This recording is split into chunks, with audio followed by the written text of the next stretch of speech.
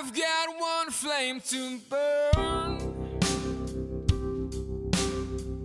one race that I can say I ran.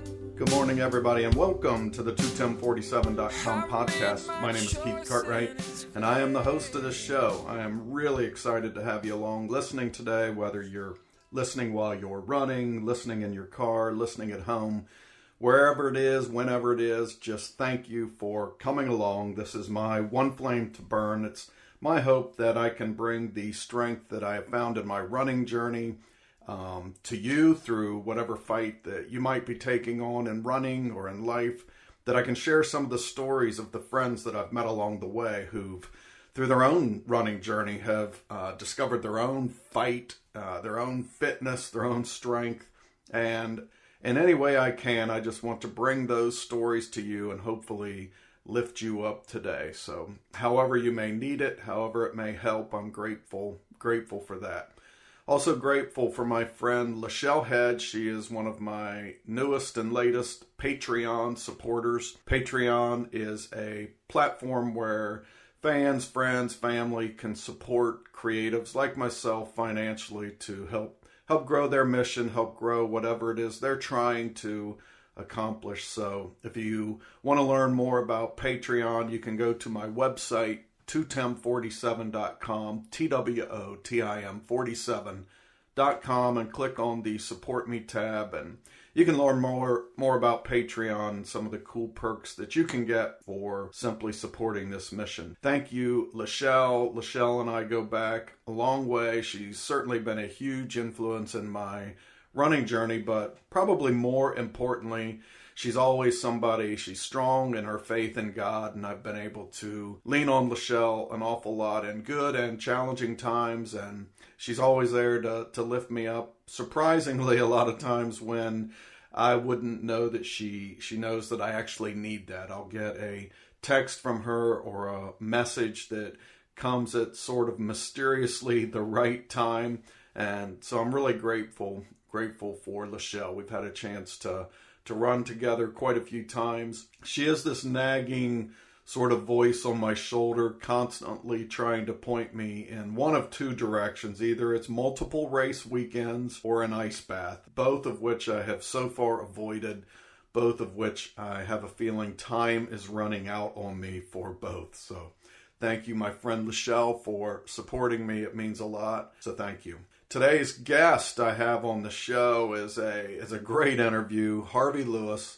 I've long been fascinated with Harvey as a person and as a runner. As a runner, Harvey runs some incredibly long distances, at least in the mind of a guy like me who really, I've run one marathon, but I've settled in on that half marathon range for the most part the last few years. So when I hear about a guy that's running regularly 135-mile races and then occasionally 300 and 400-mile races taking on several days across some of the hottest deserts in the world, I'm just floored by it. And so I'm excited today to pick Harvey's brain about health and running and just life in general and have the opportunity to share our conversation with you. It really was a good one. So I'm not going to hold you up anymore. We talked for quite a while, so I want you to be able to take it all in and enjoy our conversation. So I'm going to turn it over. Here's my conversation with Harvey Lewis. I want to welcome my friend Harvey Lewis to the 21047.com podcast. So welcome, Harvey. Hey, thank you very much. I appreciate that, Rob. Yeah, so I think of all the runners, and it's mostly been runners that I've interviewed on here, I see. You probably have run further than any of them. So this first question I always ask people, I'm super curious with you. Yeah. How did you get your start running, and I guess how long have you been running? Gee, that's a great question to ask everybody. You know, I got started a few different ways. Like, I mean, it depends on how I get started just running the first step or how I get started running ultras. There's a couple different stories, but, you know, with just starting running in general, my sister, she ran like cross country, and she dragged me out one day, and somehow I managed to make it maybe around one little tiny block. And I thought I was going to die. But that was probably my first experience of actually just purposely going out for a run, you know. And but ultra running is kind of neat. I had done a marathon at a relatively young age. Yeah, I was on a a track team for high school, and we had the Cleveland Marathon. I told my track teammates that I was going to go out and do it, and I was a freshman. Everyone said, "Oh, that's a crazy idea." I wasn't a strong runner at all, and in fact, usually I finished towards the back of the group. So everyone said it was like pretty much an impossible idea, and so I was like, "Well, I've got to do it." And this was about 10 days before the race. I decided I was going to do it. So I went out and ran this marathon. It was extremely hard, and but after I finished it, it was just an incredible experience that opened up so many more doors. And then one of those doors that opened was a family friend, Audrey Schroeder, who was in her 50s and had just gotten into marathon running in like the couple years before that. She actually took me out to a race in Minnesota called the Fans 24-Hour Race. And I went out and I saw this race, and we actually did a couple laps with one of the guys competing, and I was maybe 15 at the time. And I thought that was the craziest thing I ever saw. Like, why would anyone want to go run around a lake for 24 hours? And then fast forward it, like 4 years later, well, sure enough, I was going to school at the University of Minnesota, and I was a young father working like 2 jobs, going to school, and I just needed some sort of positive, like, mountain to climb, and I certainly couldn't afford to go anywhere. So that mountain that I decided on was the Fans 24-Hour Race, 4 years after Audrey had taken me there. So she had opened up my eyes to, you know, possibilities of, you know, doing this type of event. And then I went out and I ran that race with the intention of like at least staying on the course for the whole 24 hours and not exactly knowing, you know, what it was all going to entail. But I managed to stay on the course for the 24 hours and run 82 miles, 82.24 miles. And in that process, I met a whole lot of really amazing people. And also, I had probably one of the most exhilarating experiences was actually the last 30 minutes of the race. I just had like a third, fourth win, and I actually was running harder in the last half hour of the race than I ever ran any other part of the race. And even to the point of like actually sprinting about the last 10 minutes. And so with people cheering and all these experiences, it just hooks me into like the ultra running right then and there. Well, and so that's how I got started with it. Well, I got a few questions from that. So I think the first time I really became familiar with you, I met you through our mutual friend, Tracy Outlaw. And I think when Tracy introduced me to you and what you were doing online, it was about the same time that I had run my first half marathon, which was a really, really miserable experience. Oh. Running was and is just so hard for me. But at the same time, it was about the time you were running an ultra marathon, 135 miles in, I believe it was International Falls, Minnesota. Okay. In the wintertime. Right. Snow covered. You were pulling a sled. And I remember I was hanging out with a coworker at work, and we were online. She's a runner too, and we were kind of tracking you. And I remember asking out loud, you know, this whole running thing is hard enough. What is it about somebody that would compel them to add these elements of frozen tundra, pulling a sled, 135 miles? So now I have the benefit of asking you that personally. I would love to know your answer. Oh my, you know, that was a special race, and it was great to have Tracy Outlaw out there. It's part of my crew and my father. And another friend of mine, Andy Lone, you know, so that was something I always try to seek out the next challenge. I have been doing the Badwater 135, In fact, I think I had finished Badwater 4 times, and I had won Badwater the summer before the Arrowhead. So the Arrowhead was kind of the antithesis of Badwater because you have potentially one of the coldest races on the planet. It's gotten down to like negative 62 in Tower, Minnesota. And then you have to like deal with all kinds of other environmental factors like bringing your sled and pulling all the required gear.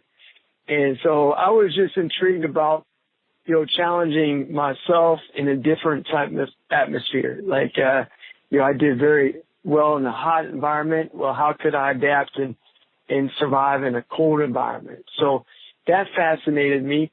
And just the magic of upper Minnesota is a beautiful area.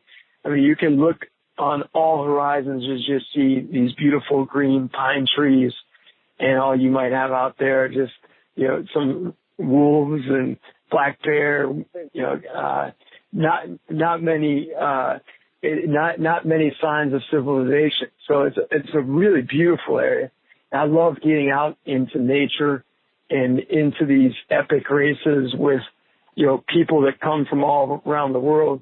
The fellow that won that year, Marcus, he was from Sweden, and, it drew people from all over the country and the world. It's neat being in that type of challenge with people from all over. So, yeah, it's a thrilling environment.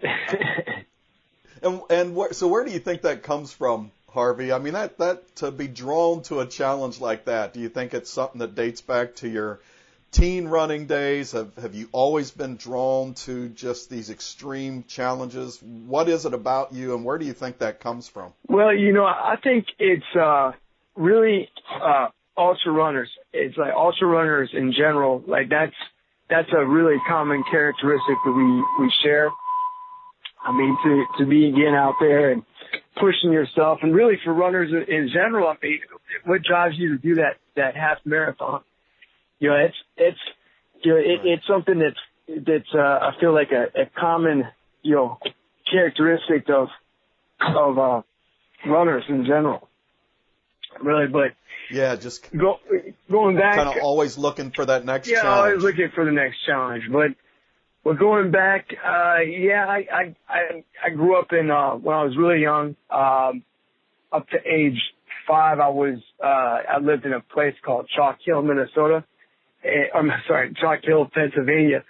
And it's near, the Ohio Pile.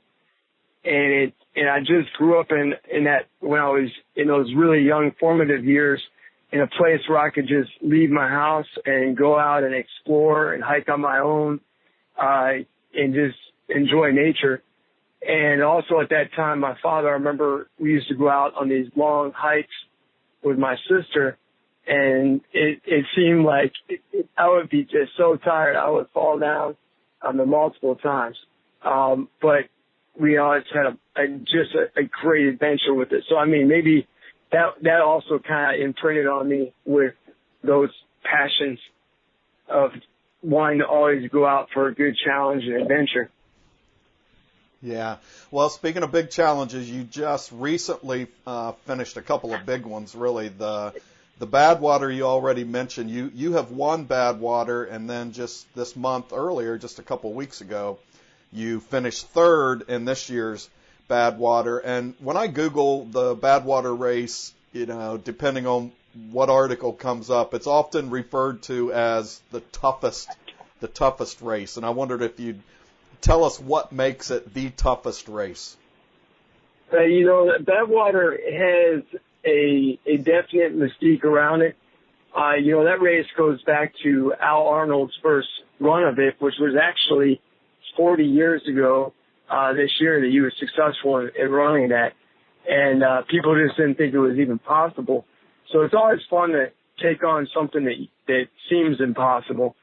And with Badwater, it's got a strong history. It's got a really great race execution team. So what I mean by that is like the race director has basically been running that race, Chris Costman, running that race since very early 2000.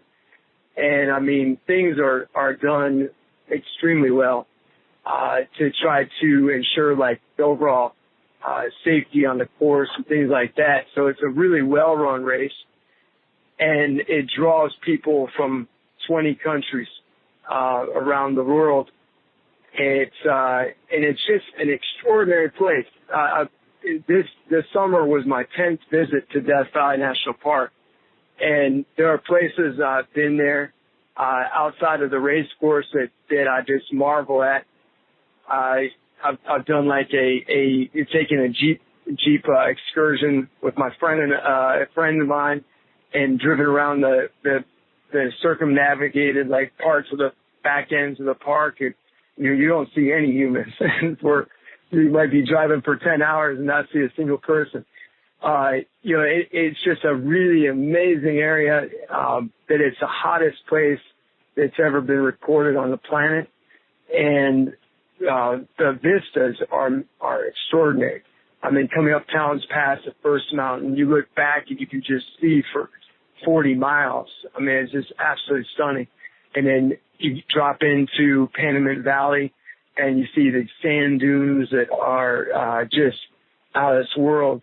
And then, you come up over the second mountain to, Father Crowley, and you have these F-16 fighter jets that do their practices in the vicinity, and they'll purposely they seem to get wind of our race every year, and they'll purposely like buzz over the runners and get so close to us. And it's amazing when you have like a fighter jet come 40 meters over your head and just do a little like tilt of their plane and just buzz by. So finishing in Mount Whitney, the race goes from like where it's hot as Hades to this environment where the temperature cools by the time you're at the 8,000 some feet of the portal. It's absolutely gorgeous. These trees are mammoth, like probably two meters in diameter, and it's just one of those places that you always would want to return to. So I've definitely gotten it's become a part of me for my July. I'm always thinking when July comes around, Badwater. I'm sitting there, I'm kind of laughing to myself because you've really just described this course as sort of a tourist attraction, all these beautiful scenes you take in. I was telling somebody the other day, they were describing how beautiful a course was. I think it was a marathon. Yeah. And I said, I am so tired. I am so distressed when I'm out there running that far. I really don't even notice the environment around me. And yet you've just described Badwater, where if I remember a couple of years ago, you were running in the dark and it was over 100 degrees, and then you climb 8,000 miles, and yet you've just described all the beautiful scenery all around it. I'm just awed by, I don't know, you seem to be very nonchalant about the actual physical challenge of it, and the fact that you can just take in the beauty of it all is just amazing to me. Yeah, I mean, there's times where you kind of move your mental focus from like the outer environment, and you take it in, and you might like think about some other place. You kind of zone out and you sort of think about some cool like stream or something like that. And then other times you feel like the environment around you, and that helps to pull you forward. So it really depends on what's happening, and you try to use like the environment to push you, because it is just such an amazing place. I mean, I actually almost every year when I get to the top of the second mountain, I just get like this additional energy burst just by looking out and seeing the vastness of the valley below, and just like saying, wow, I can't believe we just came up that. Just like, oh my God, that's a crazy amount of distance. On a normal day, I wouldn't be thinking about that. But you kind of like put that away, and you don't ever think, at least I try not to think about the whole distance. Like when I start the race, I may think about it right before I start the race, but when I start the race and I'm like going out, there was one year I actually ran out. It was foolish, but I ran out like a sub 6 minute mile. And I was just flying, and that's like the start of a 135-mile race through the desert, up over 3 mountains. It's not really a practical approach. But, you don't think about, well, I've got to run 135 miles necessarily. You kind of keep that in the back of your mind, but you focus on just getting to the next checkpoint, or later in the race you may think about just the next mile. Or sometimes the race gets so rough, you just think about the next telephone pole that's along the road, which might be like 30 meters down the road. So you're just thinking about that next spot. And if you can break it down into like those smaller pieces, then anything's possible. Like, 'cause you can always take that one additional step. It makes it all the more possible. Yeah, I find that fascinating. So that kind of leads me to another question. So you were part of the American 24-hour team that just competed in the 24-hour worlds, and I was thinking about that, and to me, and just because I've never run 24 hours, but in terms of the mental battles, when you're in these 24-hour races, to me it would seem like not only are you battling what comes with the physical challenges of running, the kind of miles you start adding up, but I'm curious how much just being awake for 24 hours, how much of a sort of additional battle that is. Is it an additional battle, the sleeplessness that goes along with those 24-hour races or longer? Yeah, that can be definitely a battle. The sleep deprivation, that's one component, just one component. But you're welcome. The sleep deprivation, I don't experience that as much anymore. I've actually been able to fortunately get over that for the most part. So I've gotten conditioned to being I can just go run for 24 hours and I don't really get tired. I get a little bit tired, but I don't get as tired. Like the first time I ever did that 24-hour race back in 1996, well, I really struggled to stay awake. I just really struggled. That was probably one of the hardest things I've raced against. And I still have trouble with sleep, but now I've been subjected to all these other crazy events. So for example, this last fall I did a race called the Gobi Trail Ultra, which was 400 kilometers across the Gobi Desert, and it had no course markings, which is kind of crazy. But there were 10. Yeah, I followed that. Yeah, 10 tents you check into, and in those 10 tents you could take a sleep if you wanted to. And the first night I slept a couple hours, or not even a couple hours, I think maybe an hour. And then the second day I just had a total meltdown. I ended up sleeping a full night's sleep. But being in those multi-day races where I'm going off sleep deprivation, that's a little more challenging for me. I haven't mastered that entirely yet. But with the 24-hour race, usually I'm okay. And I can just drink drink Coca-Colas and I feel fine, sleep-wise. Cause it's if I started walking slowly and I let my heart rate drop, then I probably would have more difficulty with the sleep. But because I'm trying to maintain a certain pace and my heart rate is going, it's really hard for me to, it's fortunately I don't have that same difficulty with the sleep. Yeah. So magic is Coca-Cola and trying to keep your heart rate going. That's the secret potion there. Yeah, I think it would take more than that for me, but I'm going to take your word on that one, buddy. Maybe you come on out for a 24-hour race. We have the next big one is in Cleveland. It's a national championship, and it's going to be I want to say it's around September 16th or something like that.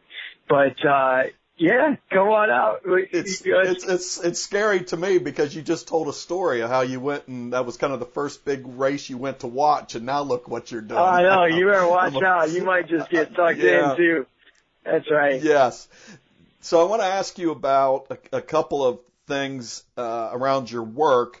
One is, for years, you've been running to and from work. Is that, and you're a school teacher. Is that right, Harvey? Yes. Yeah. In fact, I think now I'm about to start year 5, but I have to look back at my stuff. I almost have lost track. But I think this is going to be the start of year 5, which, that's kind of wild. Back in the day, I used to run back and forth to work, back actually when I first started doing the ultra running. Like, I would run back and forth to work. I worked in manufacturing. And so for me, that was actually like one of the best parts of the day, because my life then was just totally full with work, school, and like chores, and just like I had very minimal free time. So I actually really looked forward to that part of the day where I'd run to work, run home from work. It was just like a sort of liberating feeling. But I liked it. I liked that way to start the day off.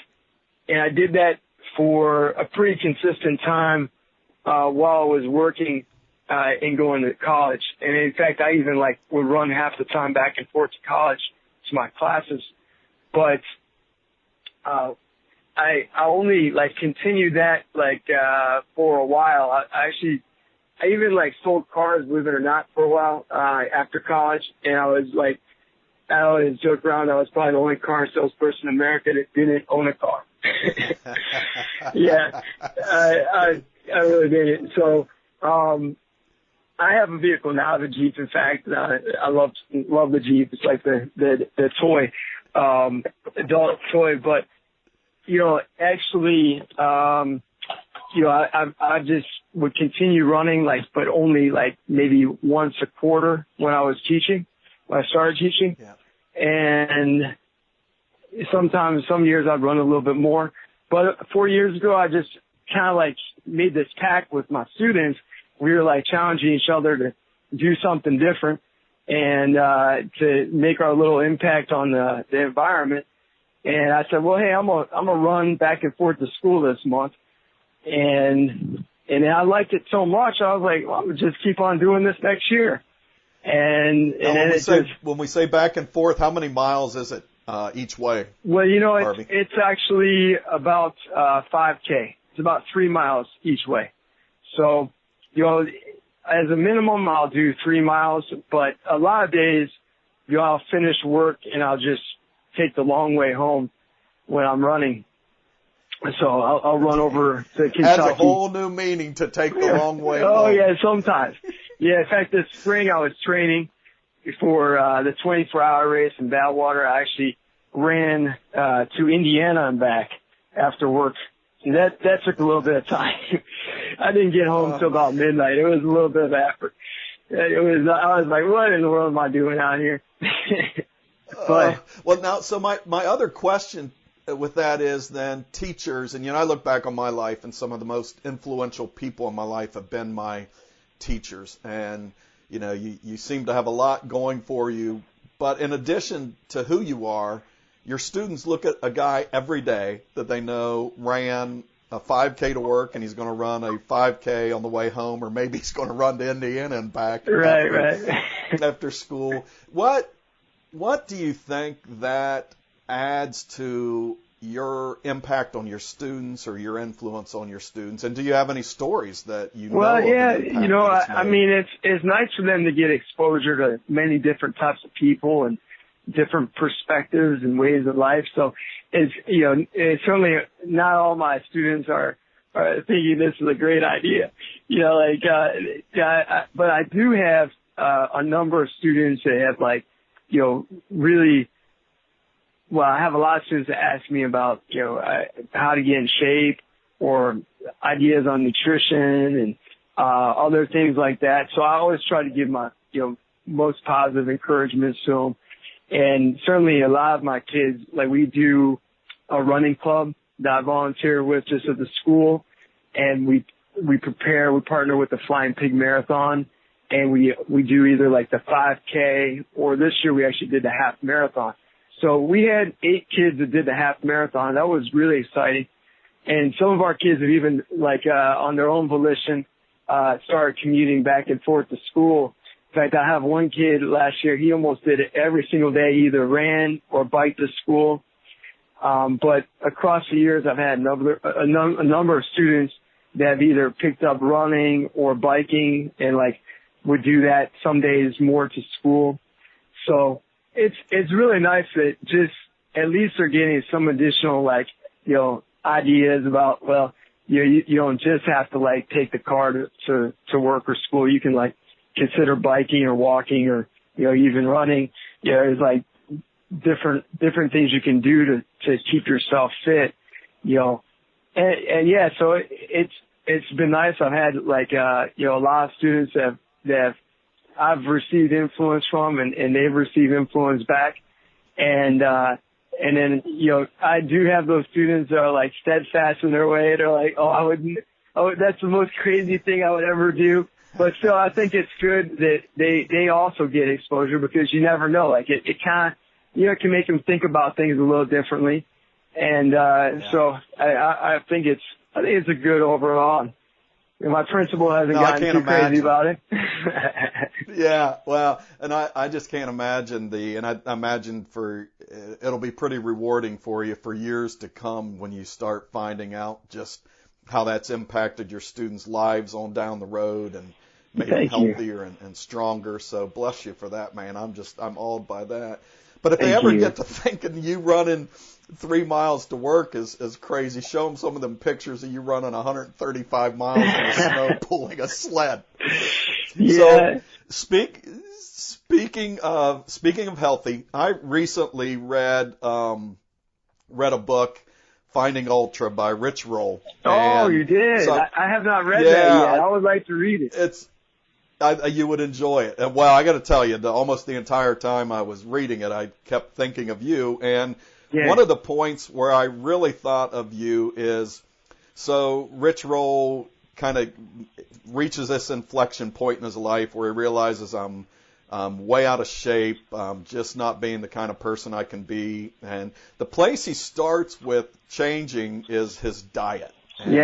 So he describes messing around with vegetarianism, and then he realizes that, well, I'm a vegetarian, but I'm still sitting around eating a lot of chips and a lot of things like that, and so I'm not really feeling any benefit. Well, fast forward, he goes full-fledged vegan. I mean, he just absolutely 100% plant-based diet.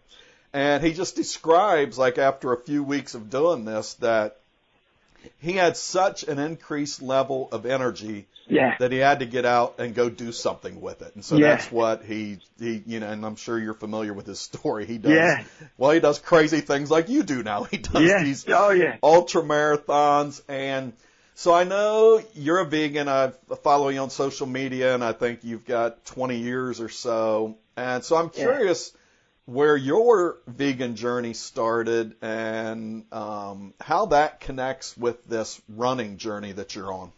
Right. Well, actually, it actually parallels the whole ultra running experience. I decided to try it, just go vegetarian when I was, it's been 21 years ago. And, it kind of was like a combination of things. My mother had a stroke when she was in her 50s. And that was just a giant shock to me. And I also had some exposure to a group of students that were vegetarians when I was in Australia working on this rainforest project. And I was really surprised that the people that were the most healthiest and the strongest were actually vegetarians. And I thought, man, I've been told that the complete opposite my whole life, that you have to eat meat and drink milk to be, really fit and strong. So I changed over to eating vegetarian, and that's when my running became so much stronger. Before that, I was always back of the pack runner. And as soon as I changed over to being vegetarian, within a matter of 6 to 8 months, like I became so much more energized and faster. It was unprecedented, so that was a major component in one of my times where I grew a lot. But the vegetarian stuff, I just felt so much better. And I might definitely have to check out Rich Roll's book. In fact, last night I saw this really amazing documentary called What the Health. And I would really highly recommend that. I'm still on a journey with it. I actually totally switched over to plant-based foods January 1st this year. So before that, I was eating still like cheese, and I drink almond milk, but I would have dairy as well. So I actually looked at it as being sort of like an adventure and an opportunity to grow and challenge myself again, because I like challenges, So I really actually at first I set out this. I like to set new goals every year. My goal is to eat vegan like 6 days a week, and vegetarian the other day. But as soon as I started it, like the first week, I was like, wow, I love this. And it's opened up a whole lot of new ideas. I've got new recipes I use. I go to new restaurants I never went to before, and I'm always constantly exploring new ideas, and I love it. And so far so good. Well, in this book, and about the last half of it really focuses on this diet, and he brings up some of the same things you did, just these long held theories that you have to eat meat for protein levels, and he very scientifically debunks all of that. And so it's very depressing for a guy like me who loves his cheeseburgers, and then to hear him say what a leap it made in his ability to run, and now you're sitting here echoing the same thing. Oh, absolutely. There's a lot of there's substitutes. To think I may have to say goodbye to the cheeseburgers. Like for example, where I live, there's a number of restaurants that have amazing vegan burgers. I mean, there's this one place called Yard House in Cincinnati, and the last time I went in there, it was really funny because there were 6 people in a row that were right in the same area that ordered their vegan burger. You had there was a couple on our side, 2 African American females behind us, and my friend Kevin and I, we all had ordered it, and our server's like, wow, our vegan burgers getting more and more popular. But they're actually the things they have available today are really great, and it to me it just I really wish that more Americans got outside of their culture of what they grew up with and opened themselves up to trying something different, and going for it, Yeah, well, I mean, it is, and I think part of that is because you've had this influence on me unknowingly, and I'll tell you how you do it, because so much of like me, and I imagine it's representative of other people, when you start thinking about going vegan or going vegetarian, the mind starts with all of the things that I can't eat, all of the things that I'll have to give up. But when I look at you post a lot about different dishes that you're eating, or you recently took some pictures when you were overseas of the pictures of the meals you're eating, and I see those things. I was like, well, that doesn't look too bad. That looks good. So if it was sold from the standpoint of here's these beautiful things you can eat instead of so much of what I no longer can eat, it'd be a little bit easier. I think there's a transition period, and it depends on the person. Like, I know when I first did it, I did it in phases. So at first I continued to eat fish, and I felt so much better after 3 or 4 months. I phased that out too. But I remember when I first became vegetarian, I didn't have that much awareness of what was available to me. So I remember eating a lot of pasta, a lot more pasta than I do today. Like today I might eat pasta maybe one in 10 days or something like that. But back at that time, I didn't have that much exposure to like quinoa or rice and beans or all these other things. I just didn't, you know. But today there are so many things out there, and you know, for that added effort of doing a little research, of trying new things and new restaurants, or you know, the payoff is so giant. You know, it's worth the investment. Like, our health is so, you know, as you know, like your quality of health, I mean, that impacts your quality of life dramatically. So the small investments, whew, big payoff. Yeah. Well, if this ends up being a triggering point, you'll be a hero to many people, goodness. Or maybe not a hero, maybe a miracle worker, because people know how much I love my cheeseburgers and bacon. Well, next time you come back to the Flying Pig Marathon, I'll have to recommend some spots. That's right. That would work. That'll work. So just a couple more things, Harvey. Yeah. I want to be sensitive to your time. No worries. You and I messaged back and forth a little bit yesterday, and you said something that's really kind of foundational to what the message I try to get across with this podcast. And you said, I feel we are responsible for whatever we make, and far too many people don't realize the power they have to make changes in their lives. And I just wonder where that comes from, if you would expand on that a little bit. Yeah, I mean, you know, that's a real strong undercurrent in like ultra running. You know, I think we have that, and even in running in general, we have that mindset. You know, I had mentioned the first guy who ran the Badwater course.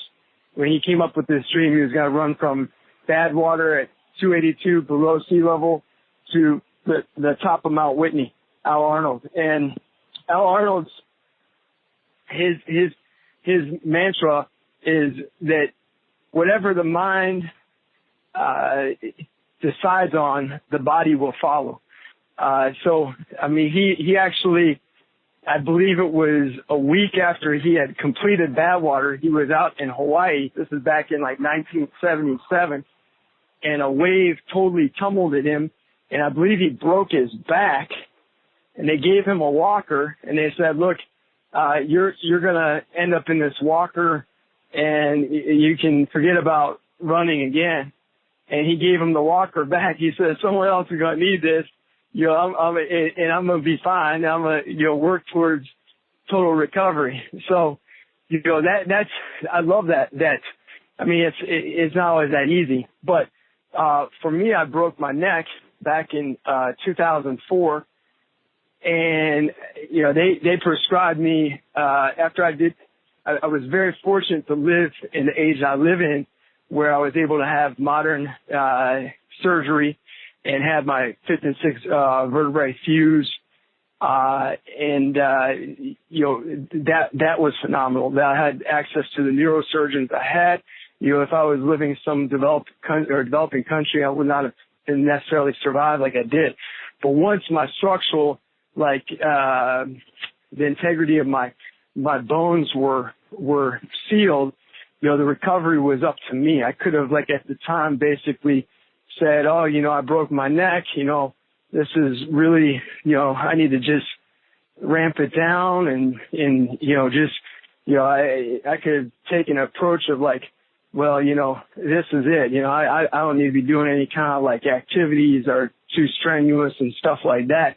But my mindset was, well, that was actually a big, yeah, I mentioned the becoming vegetarian was a big jump in terms of my performance. Well, actually breaking my neck was the next biggest jump in terms of my performance, because that's when I saw everything really clearly, that it's all about your mind, and what you think and what you put forth in your mind translates into what becomes reality in the world. So so I became extremely dedicated and determined that, you know, when I had a vision for what I wanted to pursue, then there was really no stopping, you know. So I had to start off first by just walking. You know, I walked back and forth to work. I was teaching summer school at the time. and I had this neck brace. So for 2 months, I walked back and forth to work. And then 2 months, I got to take the neck brace off. I started to jog really, really slow. And then after, I guess maybe like 10 months, after 3 months, I did a marathon. And a marathon I did in like 4 hours and 40 minutes or something. But I was just thankful to be alive and thankful to be able to run, period. So that was great. And then I just kept on working at it, chiseling away at the wall, just chiseling away. So, the mindset is so important in terms of what we become and what we do. And so that's where I would just speak to everybody is, to keep your positive mindset and to realize like what you're thinking has a reaction in terms of what you become. So if you think, like that if you have a defeatist, mindset, then you're going to be defeated in terms of what you want to get to. If you have like this mindset that you're going to keep working, keep crawling, keep stepping, keep grabbing, keep going, then, there's very little can stop you. And just on a smaller scale, like just in our own communities in Ohio, for example, it just empowering people to see that they do have control over their health. It's not just, there is some, influence of heredity, but it's the strongest influence is what you do in your environment, what you eat, do you get out, go for a walk, all these things. So, yeah, I very much believe that we are, and we have, free will to make choices, and that it's not just, predetermination, of where we are. We have to work for it. Yeah.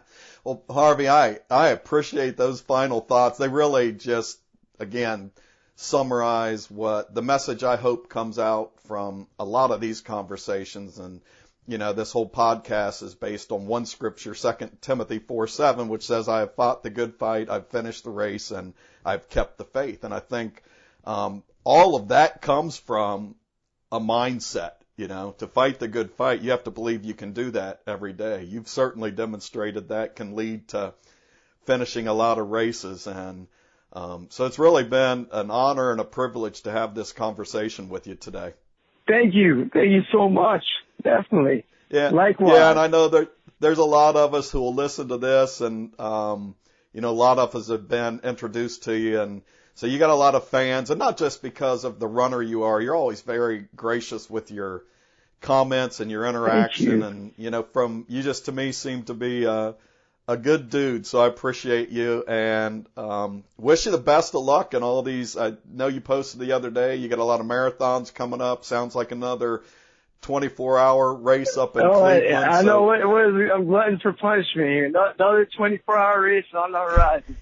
Yes, yeah. And it makes the half marathon I'm training for in August seem a little less intimidating. So thanks. No. Life is all about relative. No. I mean, honestly, like those half marathons are really special. Like the one of the Bluegrass half marathon we did, that was a really great experience.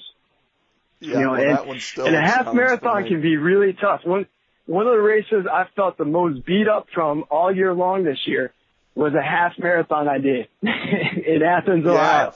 I felt so beat up afterwards. It's just, so every race can be really challenging. It's pushing yourself at different speeds. Definitely. Yeah. No, it's all about the effort, and I don't have to run 135 miles to feel like I've had a challenge. Half marathons do that to me. So that is beautiful. I wish you luck, buddy. Hey, thank you again for taking the time, and best of luck, and thanks a lot, Harvey. Hey, thank you so much. Wow, so I hope you enjoyed that conversation with Harvey. I'm still sitting here debating, feeling threatened by the reality that my cheeseburgers may not be as helpful to my running journey as I once hoped and thought. So Harvey leaves you thinking about an awful lot of things, but probably the one thing I take away is just his challenge We have a lot of choice in life. We can make our life better to a large degree by some simple choices we make every day. We can make each run a little bit better that we enter into just by focusing on that next step, that next stride, and understanding we do indeed have the power to do that. I believe Harvey said, your mind decides it and then your body is going to follow. I believe that to a large degree, although there have been a few times out there on some runs when my body was less cooperative with my mind than others. But I'm going to work on that, Harvey, and I'm real grateful for you being a part of this show today and sharing some insights from this incredible journey that you are on. Keep inspiring us, buddy. Keep on running. Keep on tackling those just unbelievable challenges.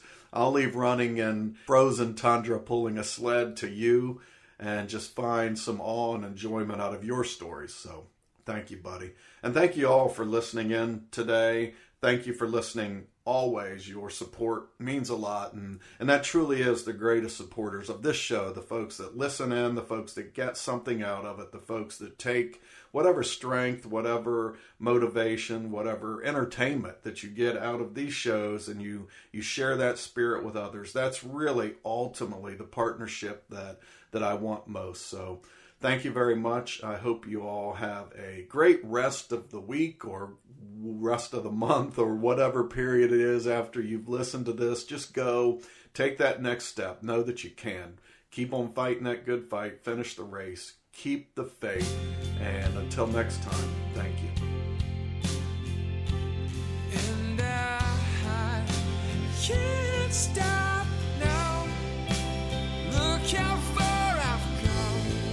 I won't quit here, despite the